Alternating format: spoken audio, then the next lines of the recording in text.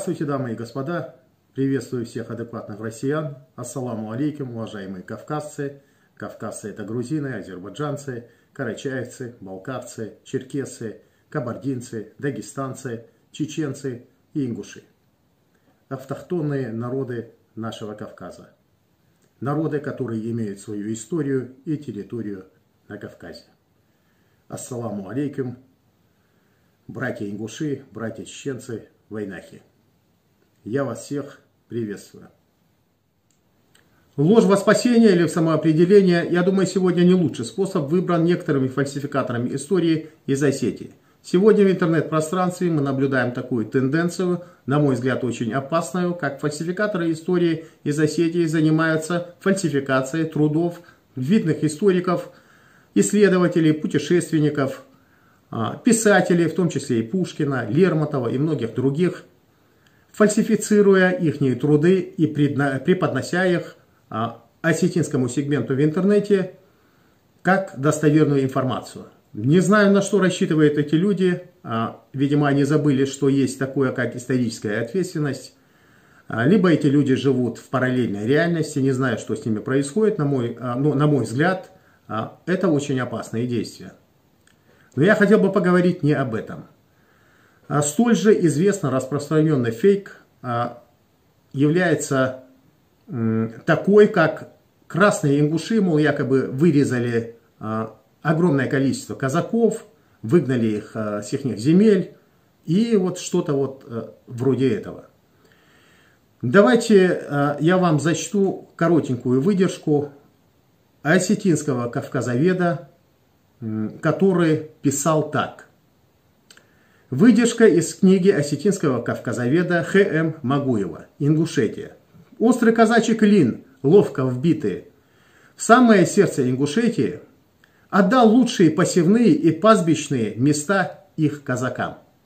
Декретом советской власти в августе 1920 года исконно ингушские аулы долины Ангушт вновь заселили своими законными хозяевами ингушами.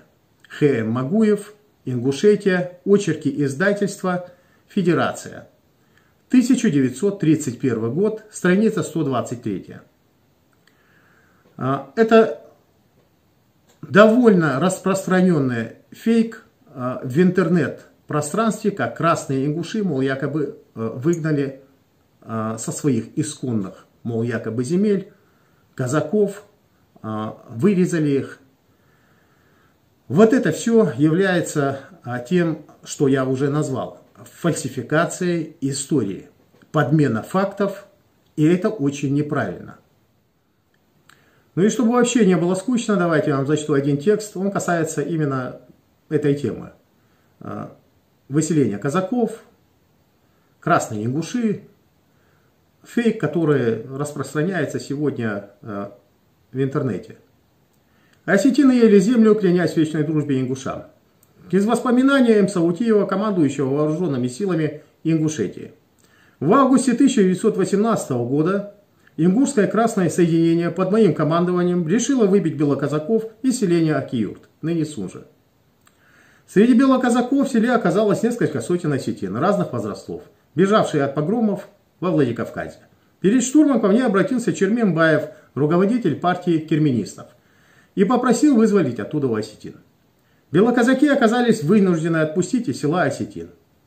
Из Авкиюрта двинулась длинная вереница на арбах, подводах, тачатках. Впереди шли по 9 человек с длинными бородами. Они опускались на колени, брали землю в рот и ели ее, клянясь в вечной дружбе с ингушами.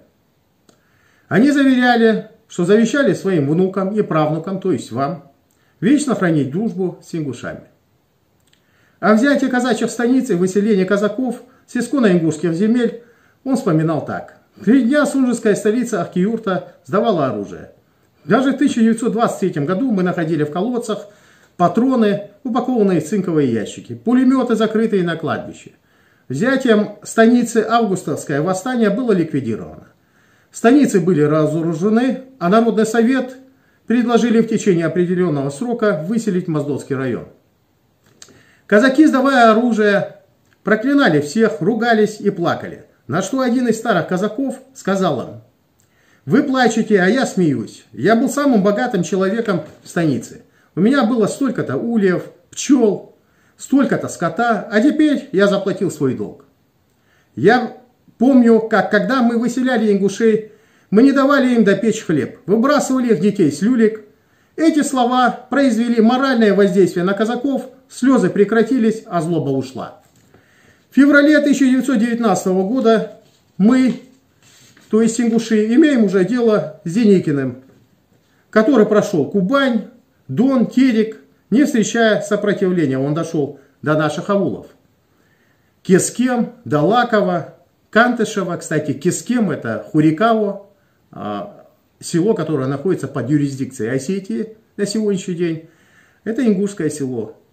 Дошло до Кантышева. Что с ним произошло в Кантышеве, вы все прекрасно знаете. Он был разбит и разбит вдребезги. Письмо, написанное самим Деникиным, висит в музее Санкт-Петербурга. Я уже неоднократно вас знакомил с этим письмом. Итак, уважаемые друзья, зрители нашего канала и, естественно, наши соседи, осетины, простым жителям Осетии я не имею никаких претензий, я вообще не имею претензий, по сути, к вам. Но я вам хочу сказать одно, что одного меня, в принципе, будет достаточно, чтобы противостоять пропагандистам из Осетии. На этом я прощаюсь с вами. Всего вам доброго. До свидания. Уважайте друг друга. Живите мирно. Будьте счастливы и здоровы. Всего доброго. До новых встреч.